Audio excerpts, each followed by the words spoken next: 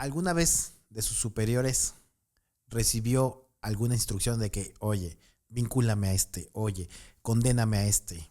Durante mi carrera yo solamente recibí 4 llamadas.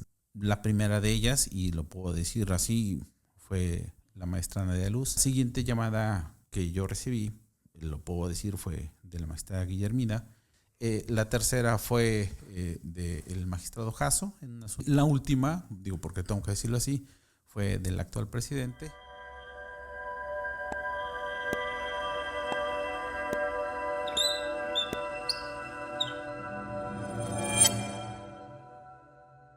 Hola, ¿qué tal? ¿Cómo están? Muy buenas tardes. Hoy tenemos el gusto de estar con un personaje muy famoso en el derecho penal aquí en Cuernavaca, Morelos. Bueno, mejor dicho, en todo el estado de Morelos.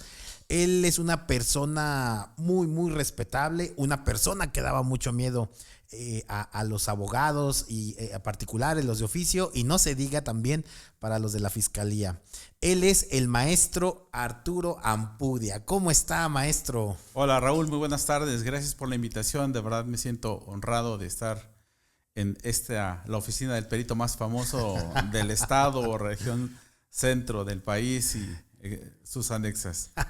Gracias, maestro. Oiga, maestro, le tengo que ser honesto. Estoy muy emocionado de que usted se encuentre aquí, ¿eh? No, al contrario, es de verdad un honor que me hayas invitado. Maestro Ampudia, el famoso maestro Ampudia en Morelos. No tan famoso, pero bueno, No, aquí claro que andamos. sí. El maestro Ampudia fue juez penal. Así lo es, por 12 años en el 12 tribunal. años, Así es, maestro. 12 ¿Cuándo años. entró?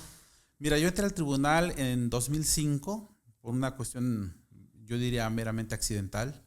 Yo era litigante antes, terminé la maestría en Derecho Civil y uno de mis compañeros me habló, me comentó que pues, su magistrada necesitaba un proyectista, que era un periodo de 3 meses, acepté, nos hicieron una pequeña prueba. Ajá. Y al final de cuentas me eligió la magistrada Leticia Robles Santoyo, fue quien me dio la oportunidad. Esos 3 meses se hicieron 6, un año, y finalmente tuve que dejar el despacho. Yo era litigante, como te digo, y al cabo de 3 años me di cuenta de que pues, es una gran familia el tribunal, pero para poder ascender tendrías que pues, pelear por ser juez. Estuve en varios concursos hasta que finalmente en el de 2011 fui de esa camada, en la última de las camadas que ha habido de jueces. Pues en ese número fuimos 13 los jueces designados en aquella ocasión. A partir de entonces estamos como juez penal. Entró en la camada del maestro Ulloa, maestra Ulloa, Gloria, Ramón, Leticia, Nancy, Gabriela, Eddie, Berta, el maestro Tomás. Esa fue la camada en la que nosotros entramos. En la que le tocó. Así es. Muy así bien, es. maestro Ampudia. Maestro Ampudia, bueno, a mí me tocó verlo como juez, Lo como recuerdo. cuatro audiencias, una como perito nada más, me Así tocó es. una, y usted era juez de control, si no mal recuerdo, creo que en Jojutla. Sí. Y las otras me tocaron como consultor técnico.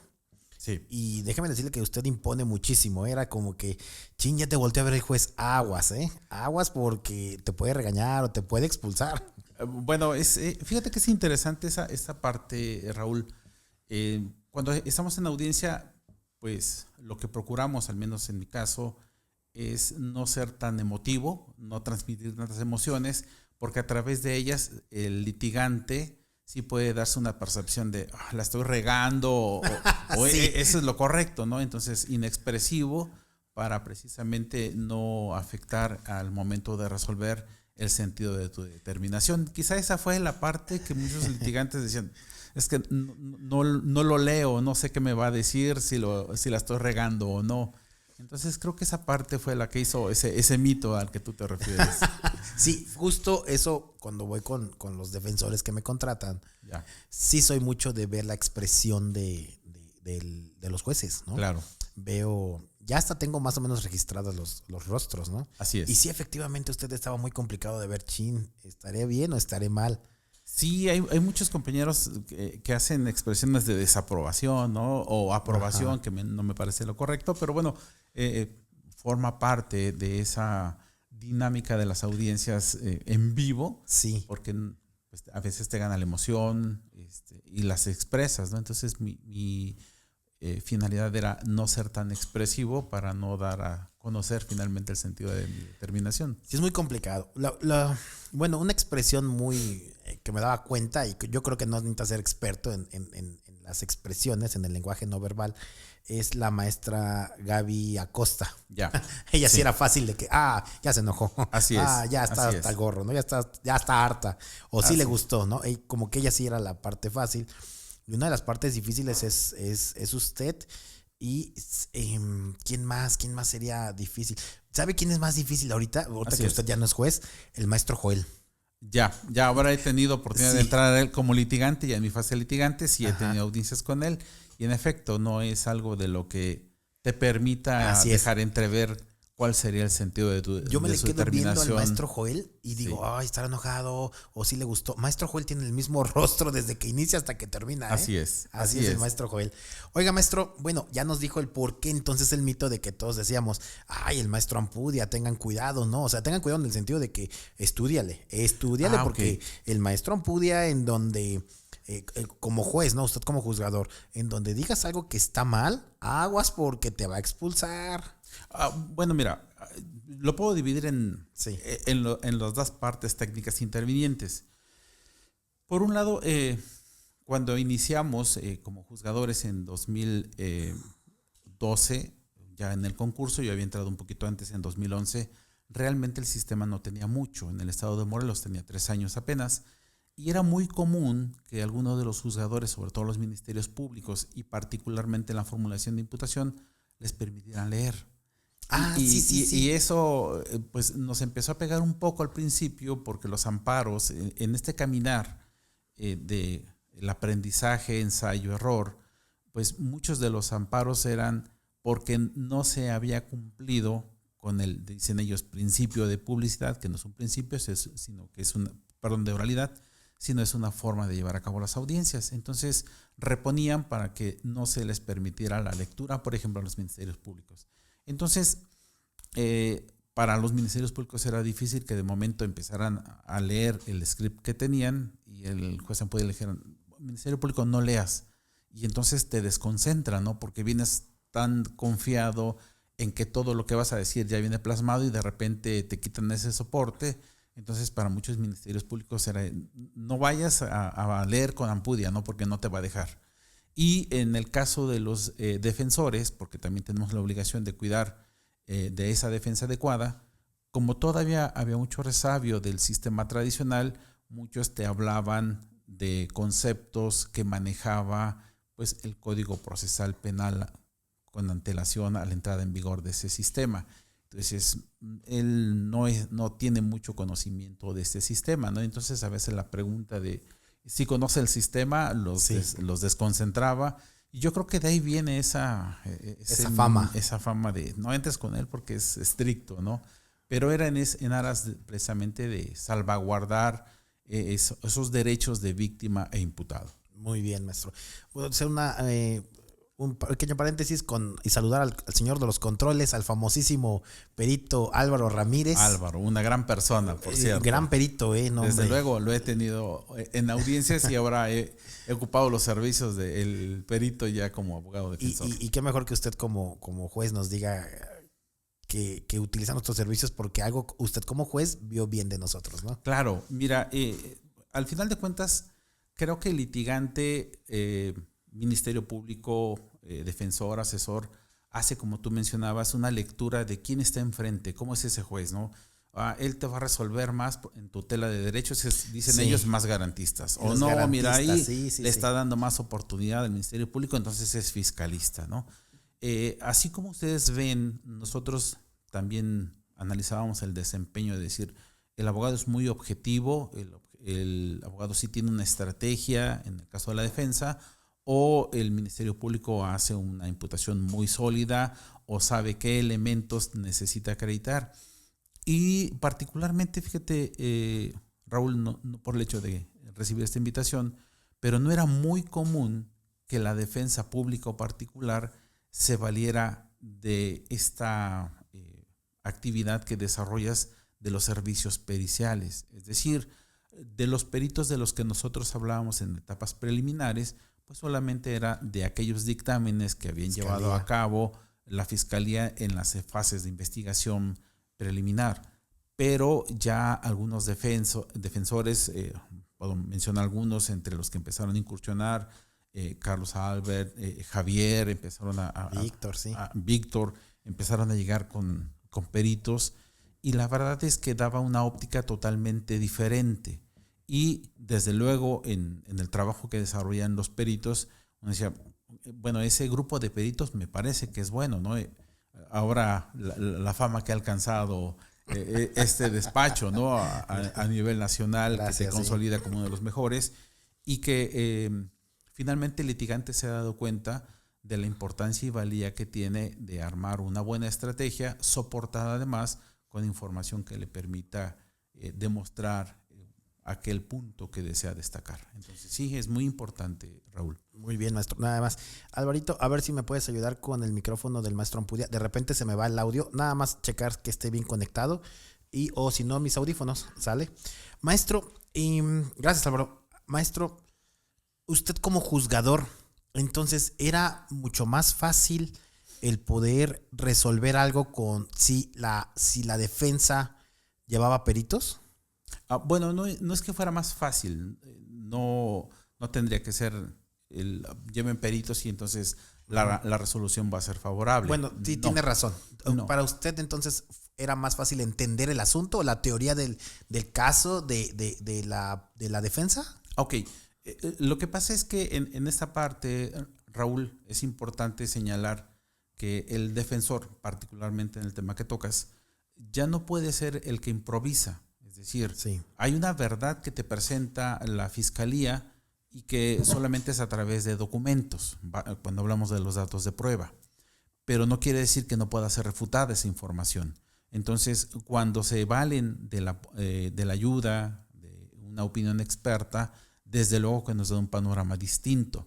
Porque no es lo mismo decir, yo no estuve en el lugar, como sola afirmación, a decir, y además te lo voy a demostrar, ¿no? ¿Por qué? Porque tengo un testigo, pero además tengo la información científica que lo respalda.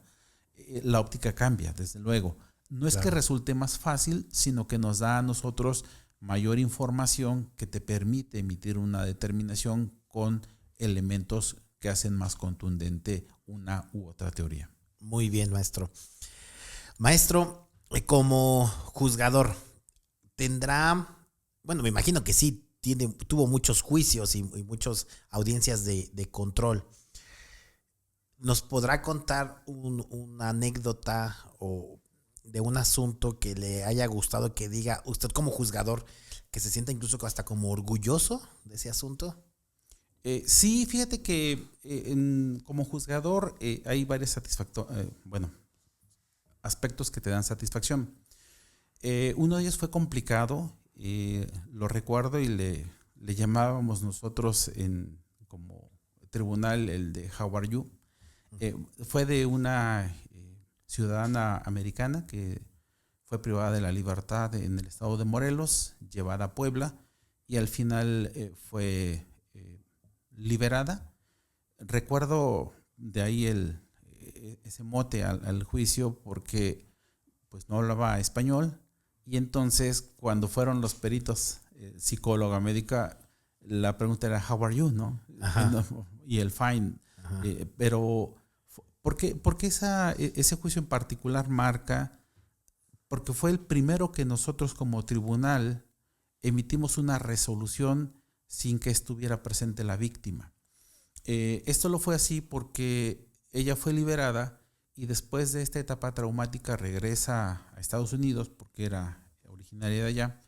Y cuando vino la etapa de juicio, la Fiscalía hizo por citarla. Incluso vino un delegado del FBI y él nos dijo, nosotros ya la citamos en la oficina de Los Ángeles y dice que solamente muerta regresa a México, ya no vuelve acá. Okay. Entonces se tenía el mito, Raúl, de que juicio sin víctima es sinónimo de un juicio absolutorio, una sentencia absolutoria. No hay un señalamiento. Y aquí, ¿por qué me da esa satisfacción? Porque además fue una de las sentencias que a mí me tocó participar en resolver con perspectiva de género.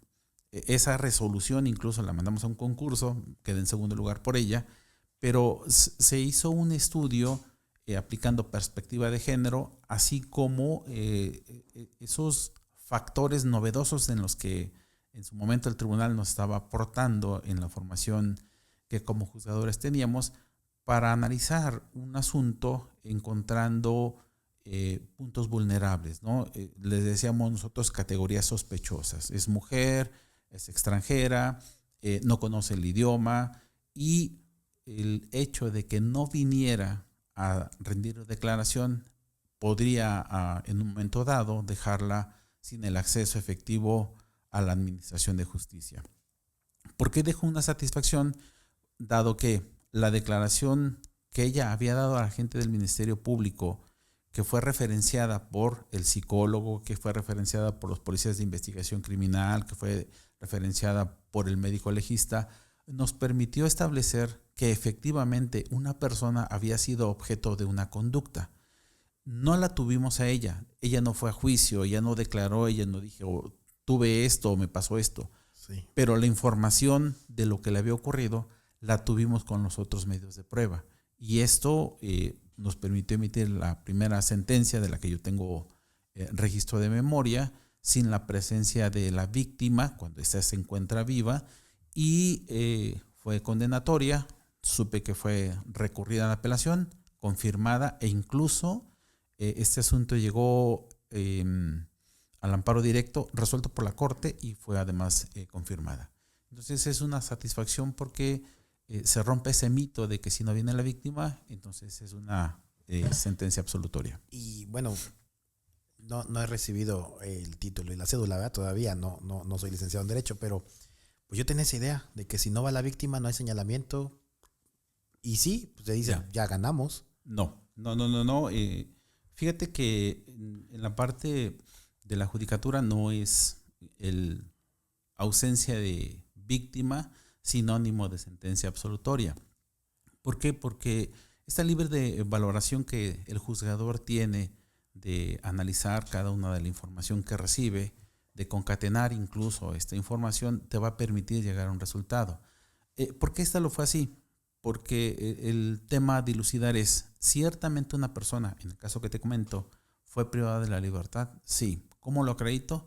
Porque hubo 4 elementos captores que liberaron a la víctima, incluso detuvieron a las personas en flagrancia. Es decir, sí se dio por parte de los elementos de investigación criminal cuenta de que una persona había sido liberada en determinadas circunstancias. Pero además, un médico legista la tuvo frente a sí, la describió, tomó fotografías de su persona, describe las lesiones que presentaba, y además una psicóloga le hace una entrevista, lo que quería decir que esa persona efectivamente había estado enfrente de esas personas narrando en cada uno de los escenarios en que le fue puesta la misma historia, es decir, había sido privada de la libertad junto con otra persona por 4 agresores, había sido trasladada en un vehículo, llevada al lugar de cautiverio, y se había pedido el rescate a la familia. Vinieron sí los familiares, nos hicieron unas llamadas telefónicas, nos pidieron tanto dinero, y a colación de los servicios periciales esas llamadas estaban registradas, ¿no? Y vino un perito y dijo, efectivamente hay incluso esos mensajes que hacen alusión a que se tiene privada de la libertad a un familiar y que se está pidiendo un rescate a cambio de la liberación de ella. Entonces, no fue necesario que tuviéramos a la víctima para que nos dijera esa información que nosotros ya sabíamos. Por eso fue emitida la sentencia de condena. Muy bien, maestro. Oiga, voy a tocar este tema ahorita que usted habló de peritos. Ya. Este se me hace muy interesante. A ver, maestro, me voy a meter un poquito en la cuestión de la cuestión emocional. Y ahorita la cuestión emocional en ustedes, en los jueces, está muy de moda por la inteligencia artificial. Sí. Porque dicen la inteligencia artificial va a ser muy objetivo porque no tiene emociones, lo que ustedes sí tienen una emoción y les puede ganar. Hablemos de ese mismo asunto, ¿no? Si la defensa le hubiera acreditado que el perito en telefonía no hizo el protocolo adecuado, que el perito en psicología no llevó a cabo los protocolos que dice la corte, ¿o no? Y hasta los internacionales. si el policía aprehensior no hizo bien el IPH y no hizo bien las cadenas de custodia, pero usted dice, ok, no hizo bien la cadena de custodia, el psicólogo, si bien es cierto, no sigue el protocolo, pero estoy seguro que sí entrevistó a la víctima. El de telefonía sí, le faltaron muchos protocolos, pero se escuchan las llamadas clarito que sí es la voz de estas personas, ¿no? Y de la víctima. ¿Qué hubiera pasado si se le demostraba eso en juicio, que no estaba bien hecho los protocolos? ¿Hubiera absuelto? Ok. La primera precisión que debo hacer para quienes se lleguen a escuchar, él me llama juzgador hace un año que dejé de serlo. Bueno, sí. Dejo de ser el juez en el tribunal hace un año. Y puedo compartir estas experiencias. Mira, es un tema complicado, Raúl, por dos aristas. Yo soy un juzgador imparcial. Es decir, yo tengo que aplicar la norma a un caso específico. Como antecedente de la respuesta que te voy a dar a la pregunta que me haces, te voy a citar un ejemplo muy claro. 4 jóvenes fueron privados de la libertad aquí en Cuernavaca. Fueron liberados, eran jóvenes de 16 y 17 años en promedio. Una vez llevada a cabo la liberación, este asunto, los padres decidieron denunciarlo en la FGR. La FGR lleva las primeras investigaciones y un aspecto que me llamó mucho la atención es que ellos llevan a una de las víctimas, una niña, a que hiciera un recorrido porque ella más o menos ubicaba el lugar en donde había ocurrido el hecho. Lo puedo decir una característica muy peculiar del lugar porque decía la víctima, es que es un zaguán que tiene pintadas manos de niños, así lo refirió. Okay. Y entonces la policía lleva a cabo un recorrido y encuentran ese lugar. Sí, dijo, ese es este lugar. Incluso dijo, ahí está un tinaco y debajo del tinaco, tras la barda que no se veía, dice, hay un baño que tiene estas cortinas de color rosa y ahí fue donde nos tenían. Okay. La Agencia de Investigación Criminal de la Federación, con mucho atino, dijo, ok, ya tengo el lugar identificado, voy a buscar una orden de cateo. E ingresaron y detuvieron a 4 personas. Ve la trascendencia que esto tiene, Raúl. Sí. Porque detienen a las 4 personas y entonces, como correctamente sucede, dice, ahora vamos a hacer una diligencia para que las víctimas las reconozcan. Un reconocimiento en cámara Gesell. En un momento del camino, esa investigación la deja la FGR y se la remite a la Fiscalía del Estado. Entonces, lo primero que hacen aquí es, vamos a darle continuidad a esa diligencia de identificación y se le encomiendan a una agente de investigación criminal. Y ella narra en su informe que le habló al defensor para que fuera, no llegó, pero como ya iba a salir su turno, le dijo a los que iban a ser identificados, ¿va a pasar esto? ¿Los pueden reconocer o no? ¿Están de acuerdo? Sí. Entonces la lleva a cabo sin presencia del defensor. Y las víctimas reconocen a uno de ellos. Y dicen, describe todo lo que hubo. Y resulta que esos datos fueron determinantes para identificar a esta persona. Sí, en un primer momento, porque yo fui quien llevó a cabo esa audiencia, vinculó a proceso y la identificación fue determinante para establecer la probable participación de esta persona. El defensor de este imputado, de uno de ellos, se va al amparo y el juez de distrito dice, el no haber llevado a cabo la diligencia con la presencia de un defensor hace una prueba ilícita que no debe ser valorada. Sácala del acervo probatorio y si hay algún otro elemento que te permita identificarlo a él como el probable responsable, víncula al proceso. No había ninguna otra. Pero de eso usted se basó, de ese acto de, investigación para vincularlo. ¿Y entonces? Sí, entonces, aquí ¿qué es lo que quiero puntualizar? La íntima convicción del juzgador no debe ser, bajo ninguna circunstancia, el parámetro sobre el cual emitas las resoluciones. Y esto, a la vista de la sociedad, puede parecer que el juez deja en libertad a alguien, pero hay reglas que deben ser cumplidas por una simple y sencilla razón, porque si no dejaríamos a un Estado arbitrario que pudiera cometer excesos en perjuicio de los gobernados. Claro. Por eso hay reglas para garantizar el mínimo, lo que nosotros llamamos principio de legalidad, para saber que si una persona va a ser privada de la libertad, lo es porque hay información que sea suficiente y que es obtenida de manera lícita y de manera legal, porque si no, entonces estaríamos generando una anarquía jurídica. Entonces, sí es difícil. Ahora vamos escalando a la respuesta que tú refieres, ¿no? ¿Qué habría pasado si incluso voy a más? La defensa dice, es que el perito que hizo esta investigación pues no tiene título y cédula profesional. Entonces no debe tener ninguna eficacia. Lo que pasa es que no se hizo la cadena de custodia. Tenemos aquí errores que va cometiendo el ente investigador que tienen consecuencias. Sí parece muy drástico, pero nosotros tenemos que emitir resoluciones, y así lo establece el Código Nacional, en base a pruebas que hayan sido obtenidas de manera lícita y de manera legal. De suerte que si no lo son, entonces no podríamos emitir una determinación, por más de que yo pueda decir, me parece que sí es culpable, pero no es mi íntima convicción la que finalmente tiene que verse plasmada. Wow, pues sí, entonces, pocas palabras, usted se va a lo jurídico. Así lo es. Ese es de hecho, así tenemos que hacerlo. Las resoluciones de todo ente jurisdiccional tienen que estar basadas precisamente en aspectos legales y no cuestiones personales. Muy bien, maestro Ampudia. Otro de los temas cuando usted fue juzgador, aparte de las emociones, de lo complicado, cuéntenos, lo vamos a poner ahorita a ver un poco nervioso, que no creo, para usted esto no se pondrá nervioso.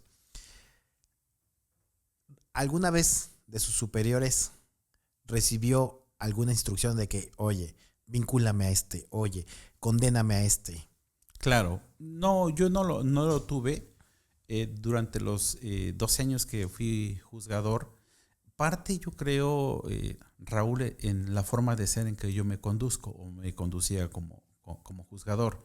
Es decir, el propio código dice que el juez no puede recibir a las partes. Eso hacía el primer filtro. Ningún ministerio público, ningún defensor podría decir, incluso hoy día, que yo platiqué con el juez Ampudia antes de que se resolviera. No. Mi personal no decía, oiga, es que el perito Raúl quiere hablar con usted y quiere comentarle algo, que lo comente en la sala de audiencias, ¿no? Okay. Por esa parte identificó al juez Ampudia ante muchos litigantes y ministerios públicos, con él no puedes hablar, porque así lo era. También lo tengo que decir así, durante mi carrera yo solamente recibí 4 llamadas de mis superiores, magistrados del tribunal. La primera de ellas, y lo puedo decir así, fue la maestra Nadia Luz, y lo único que me preguntó fue ¿por qué se había negado un cateo? Y dije, magistrada, se negó porque el domicilio que me proporcionaron en la audiencia no correspondía a donde quieren ingresar. No me dijo, cámbiala, no me dijo, decrétalo, no me dijo absolutamente nada. Es decir, no me dio ninguna instrucción. La siguiente llamada que yo recibí, lo puedo decir, fue de la magistrada Guillermina, y solamente fue porque había señalado una audiencia al día siguiente. Yo estaba en la Ciudad de México en aquella ocasión en una capacitación, y me dijo, ¿cabría la posibilidad de que se modificara la hora? Le dije, sí, sin ningún problema, se va a señalar en este mismo día cuando yo regrese.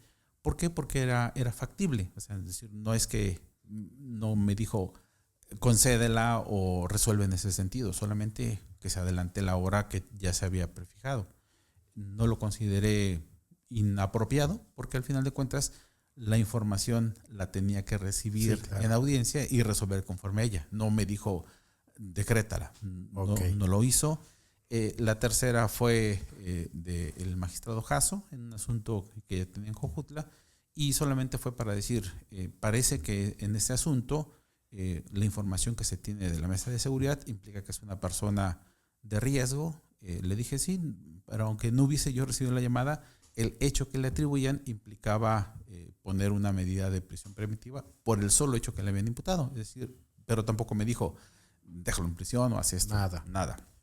Y la última, digo porque tengo que decirlo así, fue del actual presidente y fue en relación a una orden de aprehensión en donde yo ya había fijado una hora y él me preguntaba que por qué no se adelantaba.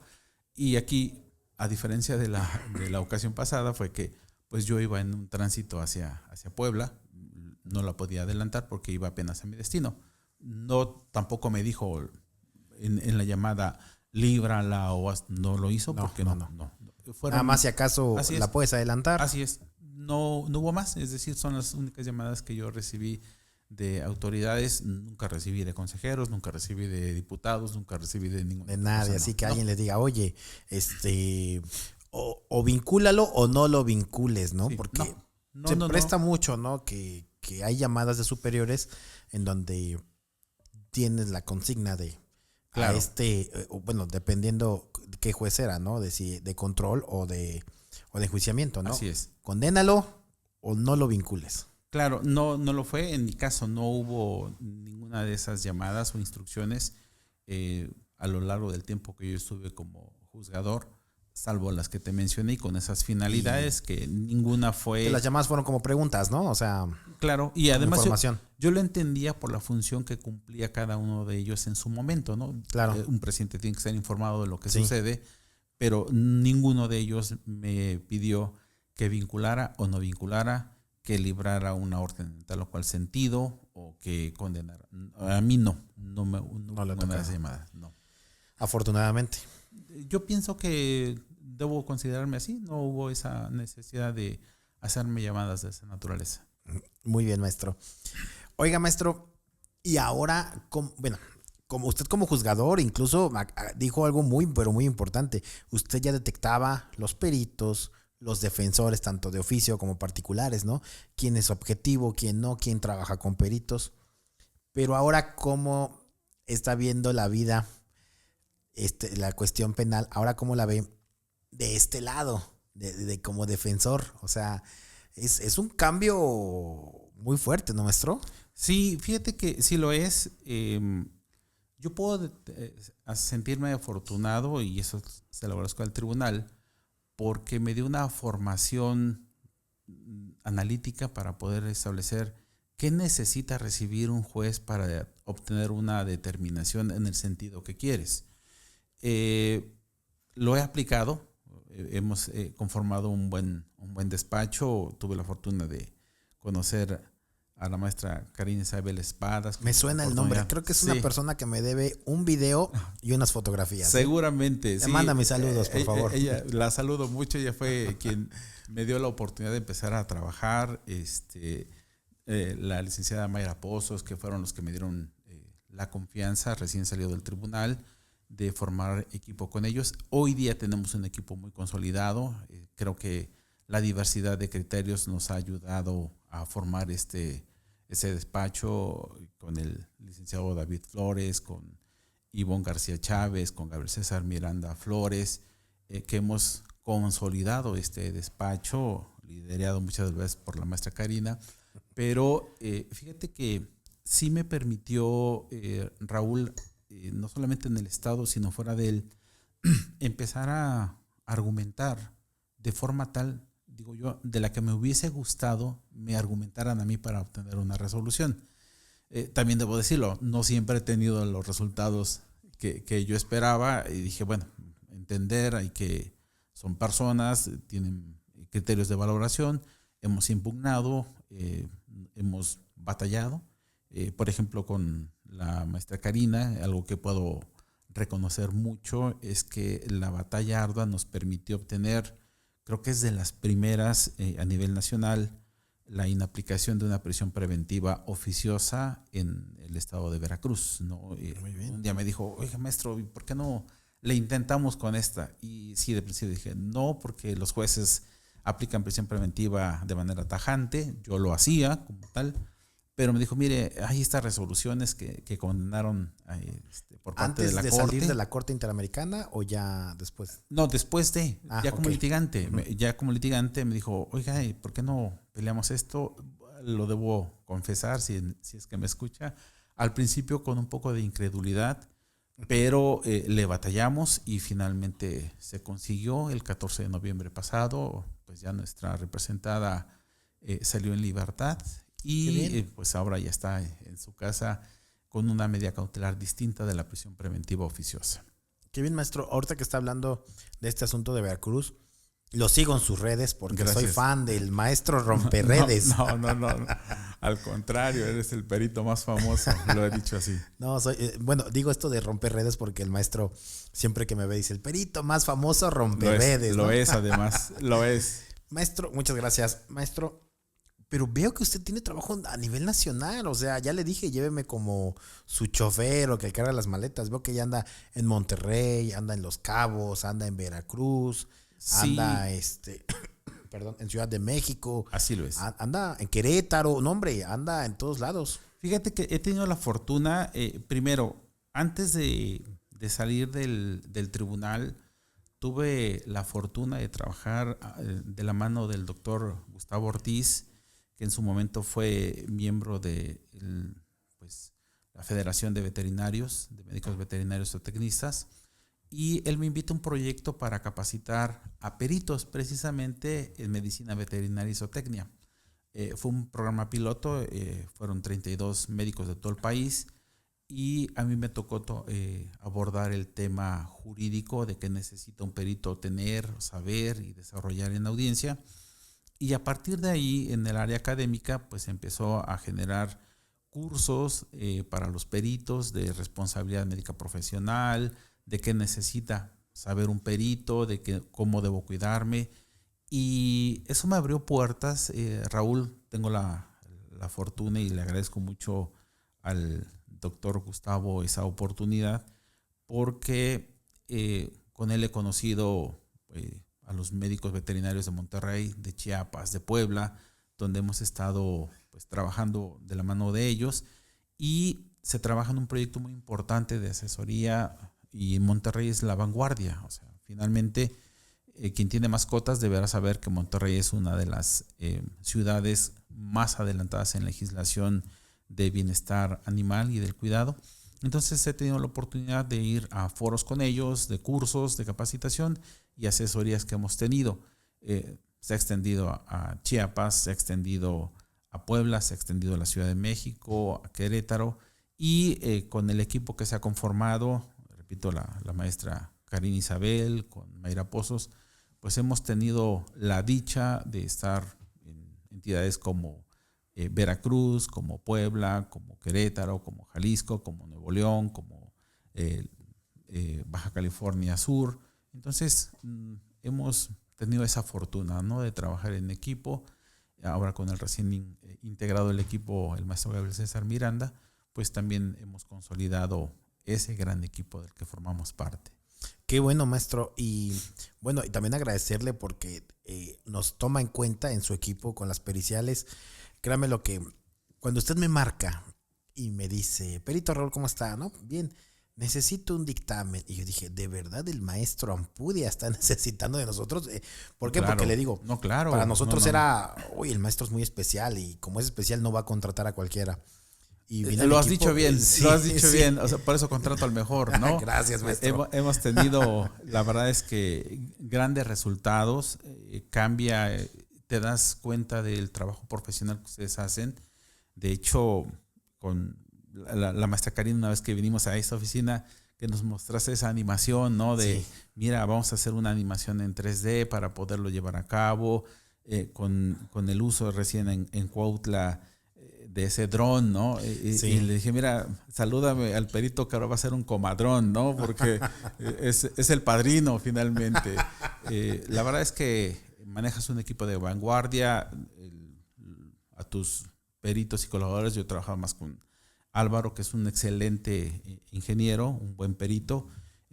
con el de los jóvenes que tú manejas también, Luis Gómez. con Luis Gómez. Criminalista. Criminalística, de verdad es que es un equipo muy bueno, liderado desde luego por el padrino. Y yo dije, he tenido la fortuna de tenerte en audiencia, porque además es rarísimo que Raúl se suba, porque si Raúl se sube es porque realmente el asunto es importante. Si Raúl no se sube, pues dices, no es que el trabajo demerite, pero que esté Raúl ahí, dices, wow, ¿no? O sea, realmente le interesó mucho el trabajo, pero estoy muy satisfecho. De hecho, te he propuesto que integres, por ejemplo, a un veterinario, un perito veterinario, porque eso haría de pues lo he dicho así, el mejor despacho de servicios periciales con el que se puede trabajar. Claro que sí, maestro. Le digo que para nosotros el recibir su llamada y solicitar nuestros servicios fue muy halagador, ¿no? Y gracias a Dios, por ejemplo, maestro Becerra, ex juez, también, ¿no? Nos habla para servicios. La maestra Berta, claro. Saludos a la maestra Berta Vergara. También y justo cuando usted nos estaba hablando, también la maestra Berta. Claro. ¿Quién más ex juez? El ahora magistrado Juan Gabriel Vargas Telles. Uy, no, el individuo. Vamos el individuo, ¿no? Tipazo, Tipazo. Sí. Bueno, claro. Fíjese que también tenemos el gusto y el honor de decir que nosotros fuimos equipo, bueno, con el maestro Juan Gabriel, fuimos su último litigio. Ya. O sea, nosotros estábamos en el Estado de México a las 6:50 más o menos de la tarde. Sí. Me hablan a mí para un asunto que fue un supuesto secuestro, ¿no? Y nos dicen, pueden tomar el asunto porque es para mañana a las 7 de la mañana. Okay. Y nosotros, oye, qué difícil, ¿no? Uh-huh. Y sale el maestro Juan Gabriel y le digo, ahora magistrado, sí. Y le digo, magistrado, disculpe, nos tenemos que ir, o sea, pero ya. Y mire, 2 horas después, y estábamos aquí trabajando en la oficina, y 2 horas después me dice una compañera de nosotros que es la licenciada Carmen, que un día le iba a enseñar las técnicas de litigación, ¿se acuerda? En efecto. De la licenciada Carmen. Y me dice, oye, Juan Gabriel ya es juez, magistrado. Y yo le dije, te estás confundiendo porque me acuerdo un asunto que tuvimos con el maestro Juan Gabriel y usted, en donde todos lo felicitaban, felicidades, ya eres juez. Y el maestro Juan Gabriel, ¿de qué hablan? Yo no soy juez. Y resulta que creo que hay otro que se llama igual o no sé qué pasó. Sí. Justo en Cuautla. Así es. Y entonces dije, se están confundiendo porque creo que hay un juez y lo más seguro lo suben a magistrado. Dice, no, literal, si es Juan Gabriel Vargas Telles. No, hombre. Luego agarré mi teléfono, claro. Lo felicité, le dije, maestro, por WhatsApp, ¿no? Claro. Muchas felicidades. Y yo dije, no es porque, o sea, él es muy sencillo. Dije, no me va a contestar hasta en 2 o 3 días, ¿no? No, para mi sorpresa, luego. A los 30 segundos, ¿no? Yo creo que de las pocas personas de las que da gusto escucharlo como magistrado. Sí, ¿no? sí, La sí. verdad es que sí. Da gusto porque dices, oye, ahora sí con mucho gusto vamos a irnos a la apelación. Claro. Yo creo que la mayoría de los penalistas vamos a estar en oración para que nos toque en la ponencia de él, ¿no? Así es. Dices, ojalá y le toque al magistrado Juan Gabriel. Bueno, yo no puedo decir eso y lo digo abiertamente porque además él es mi amigo, ¿no? Así incluso en los asuntos que él llevaba cuando yo era juez. Digo, no es que la amistad de él fuera a influir para tomar una determinación en todo cual sentido, pero prefería, y se lo dije, mira, Juan Gabriel, tú eres mi amigo antes que otra cosa, y para evitar suspicacias yo me voy a excusar del asunto, ¿no? Y creo que daría lo propio. Aquí en la apelación. Así es, pero sé que el justiciable que lleve un asunto del que él sea ponente va a tener la certeza de que el resultado va a ser apegado a derecho, ¿no? Porque es lo que identifica a mi amigo Juan Gabriel. Muy bien. ¿Qué tan difícil ha sido para el maestro Ampudia el llevar asuntos ahora como defensor y que venga ese cambio de que, bueno, yo era el juzgador, yo calificaba si estaba bien o está mal, pero qué difícil es ahora de que lo califiquen? Bueno, mira, hay dos calificaciones muy severas. La primera viene por parte de mi familia, ¿no? Tengo pues en casa mi esposa y 3 niñas y pues muchas de las ocasiones es, papá, ¿vas a llevar ese asunto? Papá, es que él hizo esto o realizó aquello, ¿no? Y esta parte sí es mi primer filtro y te voy a explicar por qué. Fue curioso que recién nombrado juez provisional en 2011, tuve un juicio de los que me marcaron de por vida, ¿no? Relativo al homicidio de una niña de 9 años en Yautepec. Hubo 5 involucrados y al final la perito dijo, fue violentada sexualmente, murió por una piedra que le dejaron caer en la cabeza, murió ahogada. ¿Del asunto de que su mamá se dedicaba como al Giro Rojo? No. Entonces... No. De hecho, este mes es el significativo para mí porque su papá era músico y había ido a darle mañanitas a la Virgen y llegó temprano y dijo, le pidió que fuera por las tortillas y la niña fue por las tortillas y ya no regresó. Entonces, sí, como no, donde ya. Sí, entonces ese asunto fue el que a mí me tocó ser ponente en ese asunto y te cambia, porque tú dices, mis hijas ya no salen solas, yo debo tener cuidado, te cambia. Por eso cuando llevo un asunto, mi primera crítica la tengo en casa, ¿no? Papá, pero ¿vas a llevar este asunto? Y les explico, mira, sí, porque de acuerdo a la información que yo tengo, puede tener esta solución, ¿no? Y la segunda, desde luego, va en función de los resultados. Si tú obtienes un resultado donde tu cliente es liberado, eres bueno. Si no es liberado, entonces cuestionan mucho tu función. Y es lamentable que en muchas de las ocasiones el parecer del resolutor sea mejor que lo suelte la sala, ¿no? Y el de la sala mejor que la suelte el colegiado. Así y es. Eso complica mucho la labor del litigante en materia penal, porque puede uno, y me imagino que te debió haber tocado más de un asunto como perito en donde dices, hemos aportado la información suficiente como para demostrar inocencia o que los hechos no ocurrieron como se afirma la parte acusadora. Y apenas, y viene una resolución adversa, ¿no? Ay, no, se siente horrible. Desde luego, entonces también como litigante, y los entiendo a quienes estamos en pro de la defensa de las personas inculpadas, porque pesa mucho también el aspecto social, ¿no? Si tu representado es de los que llaman de un asunto de relevancia, va a ser más complicado. Entonces sí hay esa crítica que tengo ahora ya como litigante en función del resultado.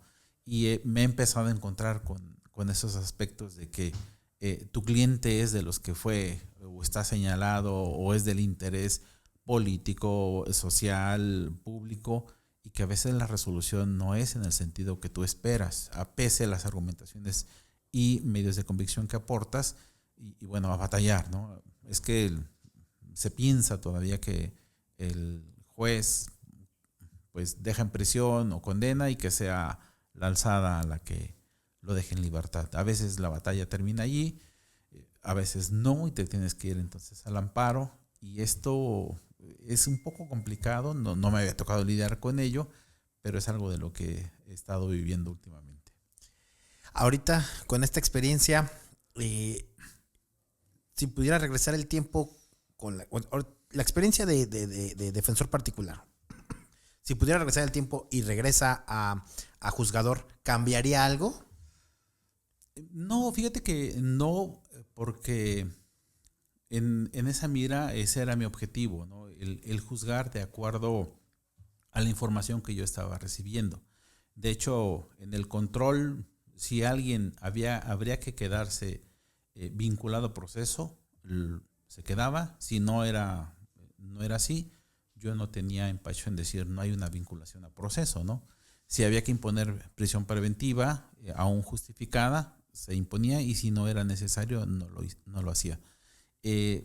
Puede ser que a lo mejor el litigante en aquel momento, si me escucha, dijera, oiga, es que yo creía que no lo iba a vincular a proceso, pero lo vinculó, ¿no? Creo haber sido lo más objetivo posible, ¿no? De hecho, en un aspecto muy personal, te lo voy a confiar, Raúl cada mañana al salir de casa me encomendaba al ser superior y le pedía 2 cosas. La primera, que cuidara a mi familia y que las decisiones que yo tomara pues no le afectaran a mi familia, ¿no? Y la segunda, que las decisiones que yo tomara, que me diera sabiduría para hacerlo y no perjudicar innecesariamente a nadie. Entonces, esa fue mi línea de trabajo con la que yo me desempeñé como juzgador. Entonces, a tu pregunta de si ahora lo que sé haría cambiar algo, creo que mi función como juzgador lo hacía. No era necesario porque al final de cuentas hay justiciables, hay personas que también tienen familias y que pueden sufrir una imputación no necesariamente muy objetiva. Entonces, sí, hacía ello, ¿no? El juez tiene que ser, de hecho, en muchos de mis estados ponía esto, ¿no? El juez es el último resquicio que tiene el ciudadano para protegerse del poder del Estado, ¿no? Porque cuando el juez sea sumiso, cuando el juez tenga miedo, cuando el juez emita una resolución por un interés político, económico, social, entonces la sociedad queda en riesgo. El juez es el defensor de los derechos de todo imputado. Muy bien, maestro. Maestro, saliéndonos ahora un poquito del tema jurídico, vemos que usted, bueno, yo le conozco a usted dos cosas que le gustan. La primera es Star Wars. Ah, sí, claro. Le encanta. Sí, claro. Y todos los que estuvimos ahí como peritos, hasta el público y como parte técnica, vemos esa MacBook que le tapa la manzanita por tener estampas de Star Wars. La magnífica, sí, así es. ¿No? Fíjate que tiene su historia, esta se la debo a mi hermana.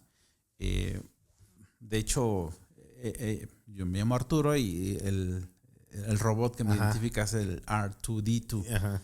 Ella me lo regaló. Ella, bueno, mi familia vive en Estados Unidos y en una de las ocasiones que fui me dijo que la fuerza te acompañe, ¿no?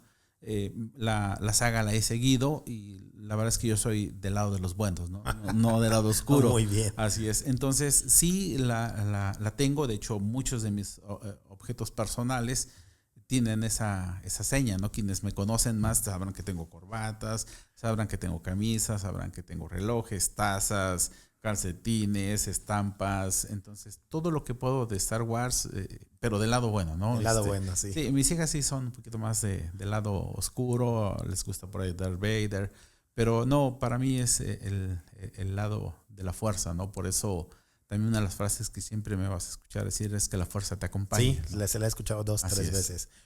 Y la otra es su colección de tazas. Ah, mira, esa también tiene historia, ¿no? También se la debo en principio a mi hermana, la más pequeña. Bueno, tengo solamente una, pero es la más pequeña.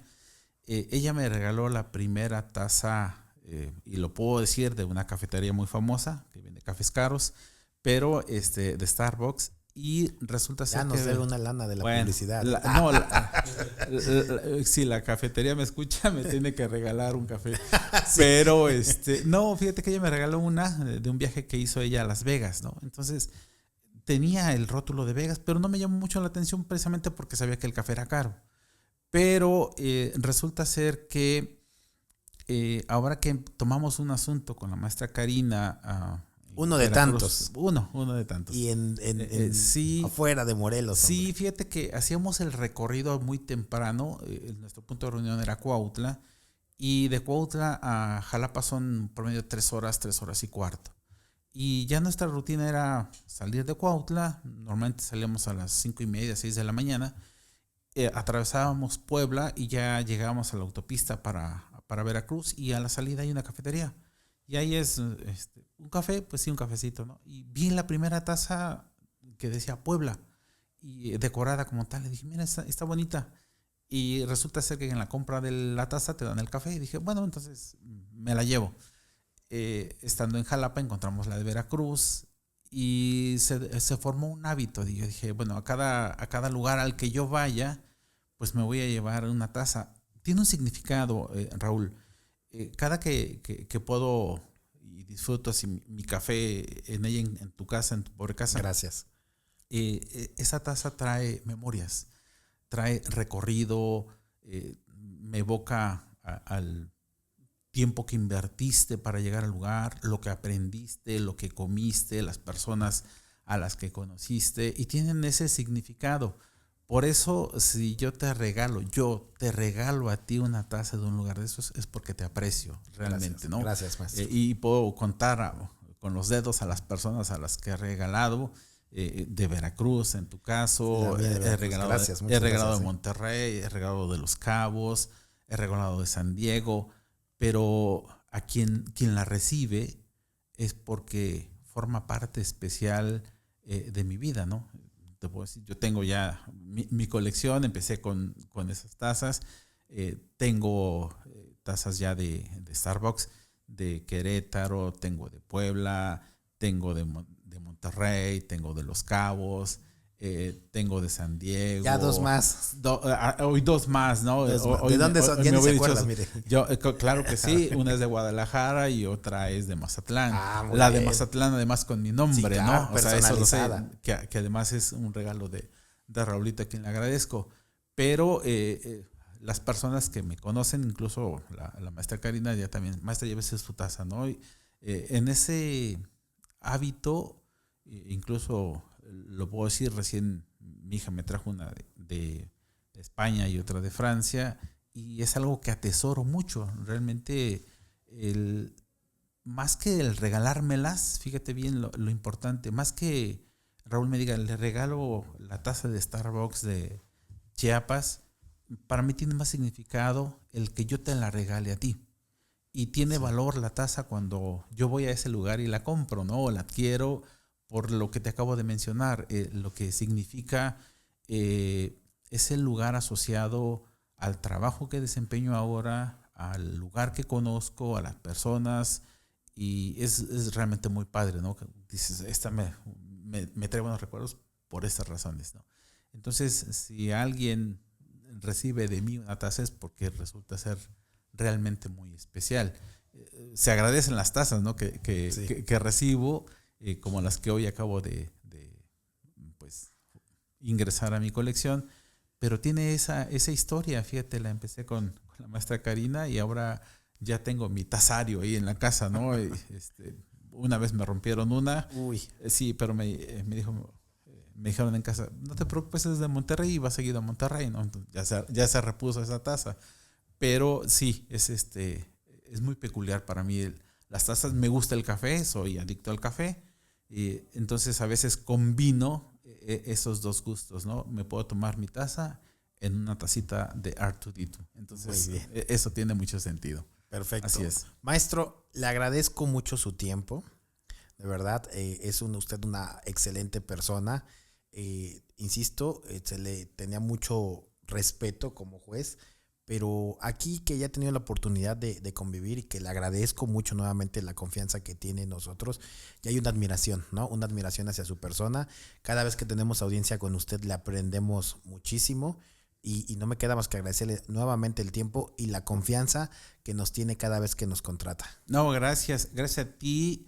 No quisiera terminar esta pequeña entrevista, Raúl, sin un mensaje a dos grandes grupos, ¿no? Si me lo permitieras. Adelante. El primero es a mis excompañeros juzgadores, con mucho aprecio, por ejemplo, a Leti Damián, a Javier Ulloa, que son con los que más compartí.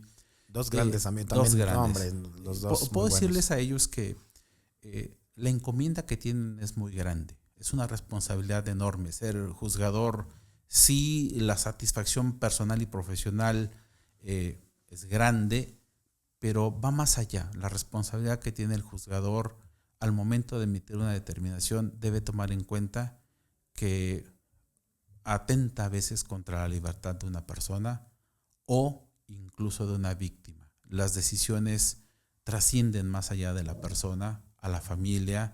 El que una persona esté privada de la libertad, si debe estarlo, que no lo duden en hacerlo. Pero si no hay motivo para ello, las afectaciones que se tienen para la persona, para la familia, son muy grandes, ¿no? Hoy día estamos en una entidad sumida en etapas de inseguridad, de descontrol, de inconformidades, pero que se conviertan en ese faro que dé luz al justiciable, víctimas o imputados, de suerte tal que sean ellos, me gusta una frase, me gusta la literatura de Arturo Pérez Reverte, ¿no? Y lo puedo citar, que sean ellos la piel del tambor en donde retumbe precisamente el peso de la justicia. Es una labor fuerte, sí, y cada uno de ellos debe estar ahí por sus propios méritos, ¿no? Que las decisiones que emitan sean con pleno convencimiento de que lo que hacen es precisamente en respuesta a la información que le fue suministrada. Y la segunda tiene que ver mucho con mis compañeros litigantes. Ingresen ahora, atrévanse ahora a innovar en la defensa que llevan a cabo y volteen los ojos a servicios periciales. O sea, son realmente muy útiles. Yo lo he tenido, yo he tenido la oportunidad de trabajar contigo en algunos asuntos y la verdad es que los resultados han sido formidables. Es una dinámica distinta. Tu oficina es por mucho muy profesional en el trabajo que hace y tú lo dijiste muy bien. Ambudia no va a contratar a cualquiera, ¿no? Y por eso es que he tenido la oportunidad de trabajar contigo, porque es un despacho que se distingue de los demás. Claro. Así es. Otra cosita antes de terminar. ¿Sabe qué me dio muchísimo gusto? Sí. Verlo en el curso que impartió César, el maestro César, claro, en el de técnicas de litigación. Me encantó verlo ahí. Lo que pasa es que finalmente creo que también es esa parte de la que nos faltaría. Bueno, yo lo vi cuando fui juzgador.